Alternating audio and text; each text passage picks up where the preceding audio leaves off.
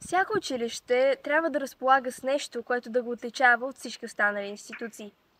Това трябва да е нещо, което не само да резонира с духа на училището, но и да обединява интереси на учители и ученици.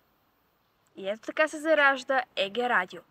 Радиото се финансира по проект от община Хасково. Студиото е изградено през 2021 година с помощта на Петър Вълканов, музикален директор в Радио Метроном. Самият той се заема с обучаването на екип от ученици, които да могат да ръководят радиото.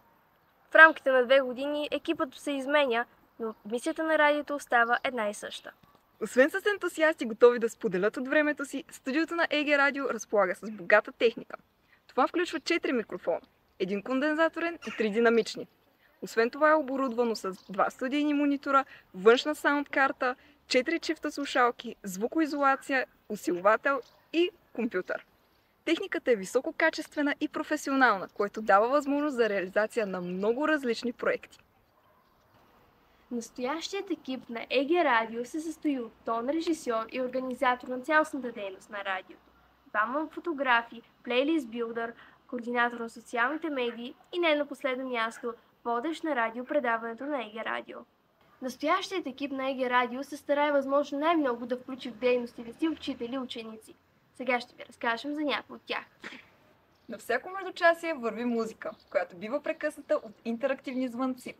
За да не се ограничават слушателите, все пак всеки слуша различен стил музика, се изготвят тематични музикални седмици. Екипът на ЕГ Радио излъчва кратки съобщения, които имат за цел да информират учениците за последните събития в гимназията.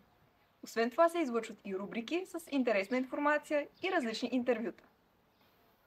От април 2023 година ЕГ Радио може да се похвали със собствено радиопредаване, а именно The Big Break подкаст. В него всеки четвъртък се канят различни гости, сред които учители, ученици, студенти, музиканти, спортисти и известни личности, които говорят на злободневни теми и помагат в правенето на трудните за учениците избори. Друга инициатива на радиото е Подари роза, организирана по случай Свети Валентин. Беше дадена възможността на всеки желаещ да зарадва свой приятел, познат или учител с истинска роза, доставена от екипа на ЕГ Радио.